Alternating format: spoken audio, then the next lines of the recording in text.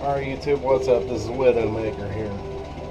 Just want to do a video on powder coating bullets. Not necessarily how to, but we're loading them. I'll have to make a video on how to on that concept. But I'm taking a regular 40 caliber cast bullet and powder coating them. And the reason why that we're powder coating is so I can get away from these gas checks. Somebody just come out with a better way. This way, it's kind of tedious. Works, but I feel like I'm putting too much effort and 50 rounds between cutting strips of aluminum up with a paper cutter, which this was flashing, cutting strips up. Then I got a die that you got to feed this through and punch it. Punches a hole in this, and then you have to bend these little things into discs like this with another part of the die. It's a two-step die, two-stage die. So I've been wanting to get into powder coating now for a while. I just went out the other day, about 3 weeks ago, and bought a toaster at Walmart. Got the cheapest one, it's like 18 bucks. And started powder coating. It's not that hard. I come across the system on YouTube. A guy by the name of Elvis Ammo. I use his system. I haven't used any other system before, but one of the main reasons why I wasn't going to get into what was holding me up from getting into powder coating was the tumbler. I came across a system that this guy had come up with. You need no tumbler. I'll make a video on that process.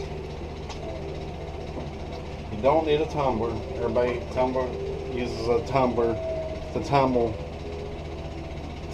their bullets for like 20 minutes to get the coating to stick.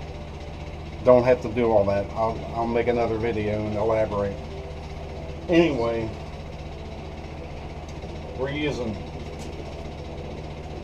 my two powders of choice for 40 Smith & Wesson are these right here, is what I use. This being the better choice, the reason being it comes in slightly higher feet per second. You use more powder because it's slower burning, but it's faster burning. It's the speed of the bullet is faster. I sent off for this book right here at Alliant Powders. You can go to alliantpowder.com, I believe, or just Google Alliant Powders reloading manual, and they can send you one of these free of charge, along with Hodgkins has one. Just about anybody that makes powder will have a free manual that they can send you if you ask. Now, for some reason, there's 10 millimeters. Right here's a 40. Hello. I was looking right at the 40.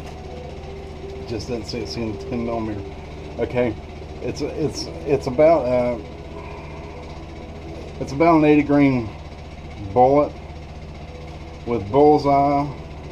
5.5 grains of bullseye. It comes in at 929 feet per second, and with Unique, it comes in at right at 1,000 feet per second. So it's going on where you want, but Unique, if you're looking for the flatter trajectory rather, and faster feet per second, use 6.7 grains of Unique. Unique would be the better option here, but for whatever reason, I've already loaded some. I've been using bullseye for a while. The only complaint I have is it's a little dirty. But right here we got some rounds made. Some beautiful rounds. So let's get at it. We'll load some up. Tomorrow we'll go to the range and we'll shoot them.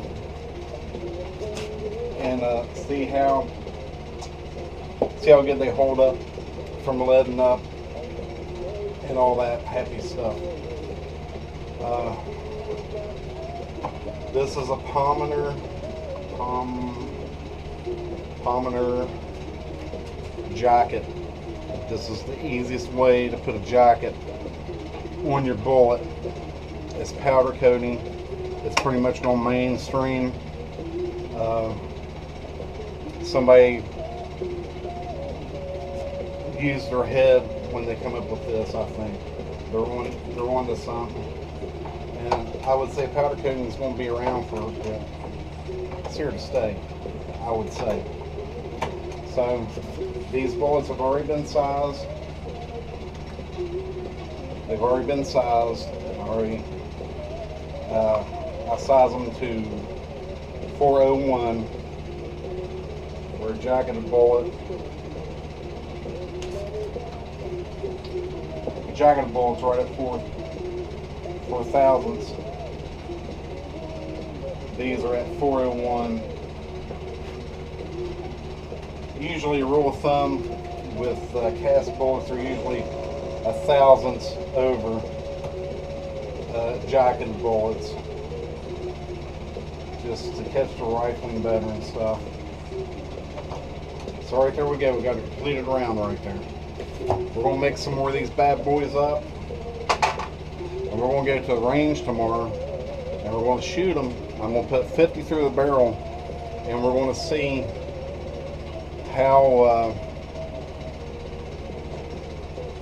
the leading holds up, whether it leads or it doesn't lead. I pretty much know the answer to this, but after we get done with that, I'm going to break the gun down and we're going to run some patches through it, and we're going to see what kind of what kind of fouling it leaves behind. If it leaves the powder coat behind, it leaves lead behind. Of course, there's not going to be any copper fouling because it's a lead. And powder coat, there's no copper in powder coat. So we'll finish these up, guys, and we'll see you tomorrow at the range. So don't go nowhere. Hey YouTube, we're back. It's the next day. We're going to try these.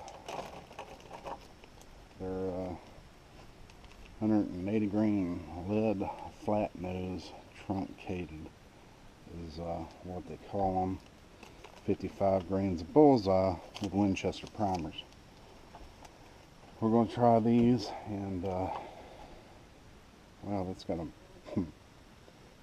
pretty good dent in it. I don't know what happened there in that case right there.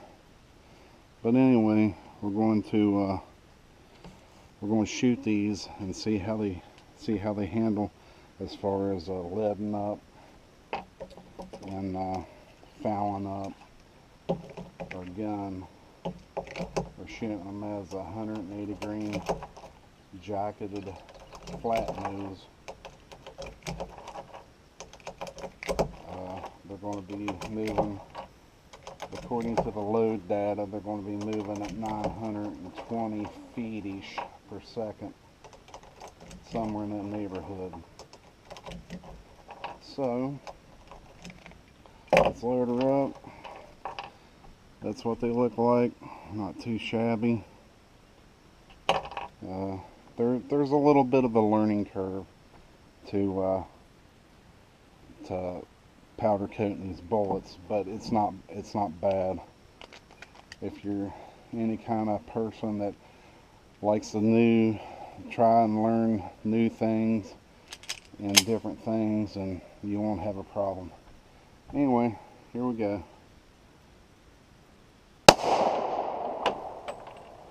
It's snappy.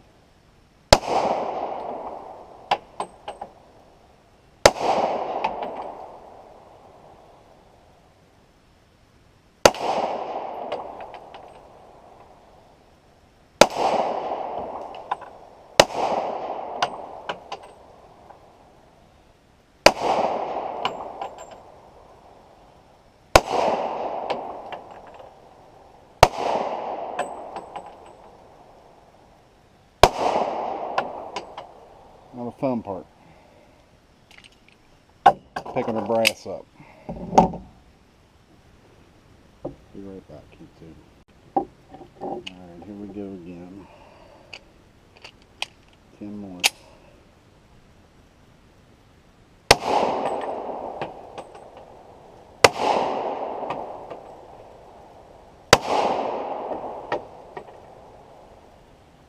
It's the first time I have ever had that thing not feed. Failure to feed. And it may have been power charge because it looked like that it just didn't kick the slide back far enough to chamber another one.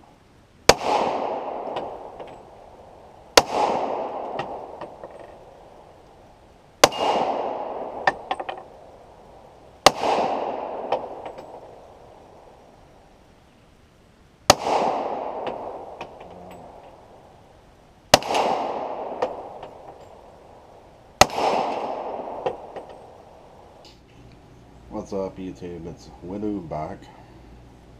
We're going to take apart this gun and check out how our powder coated bolts did. So, put that like that. We'll see it all tear down. I think it basically tears down like the Glock, pretty much. I don't know why that's getting caught like that before. I mean, like that, I never did that before, so I don't know what the deal is. Maybe some lube might help. Alright, I'll set this off to the side. Right here is our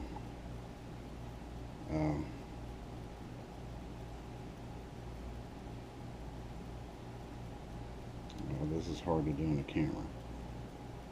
There we go. Don't know if you can tell a lot about it. I need some light. A little bit of light there. Alright, we'll go ahead and clean this and see what becomes of it.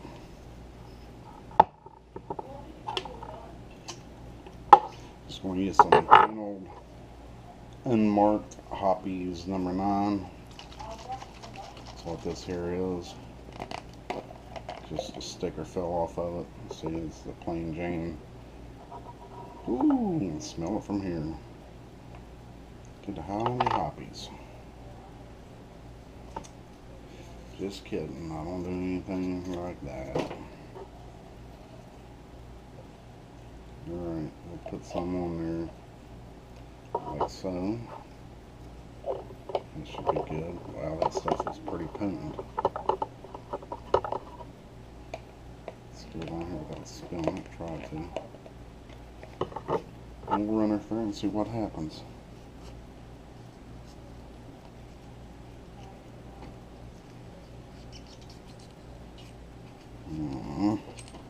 Of course, it's going to be too tight or something. It's slipping past the thing there.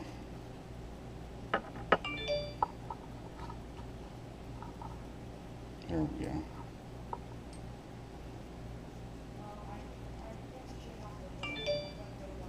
Maybe wrap it once the other way too. That'll be good. Now, you put that in there.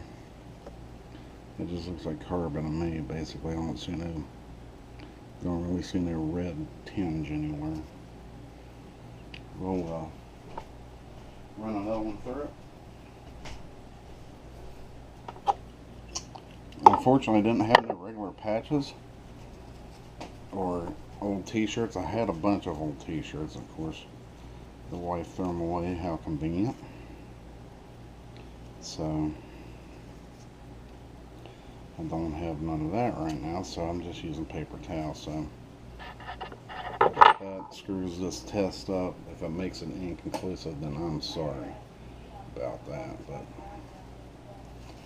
I never claimed to be that technical of a science guy myself. Alright, here we go with the second patch. This will just be a clean pass-through patch. clean patch passing through it.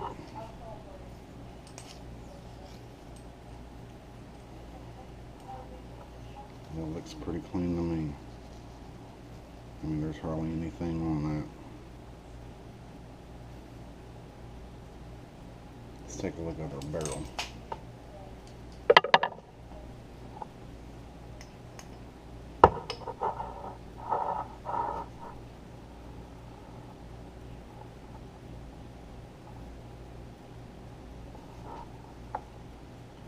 Well, it looks pretty clean to me, guys. I really don't see no copper. I'm sorry. Yeah, you're not going to see copper.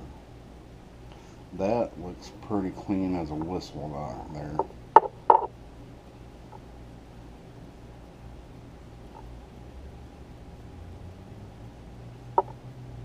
It's like the opposite in the camera is what you thought it'd be.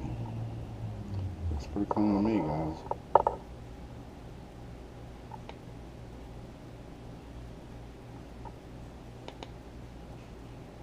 Alright, that concludes our testing for jacketed. Putting a jacket on with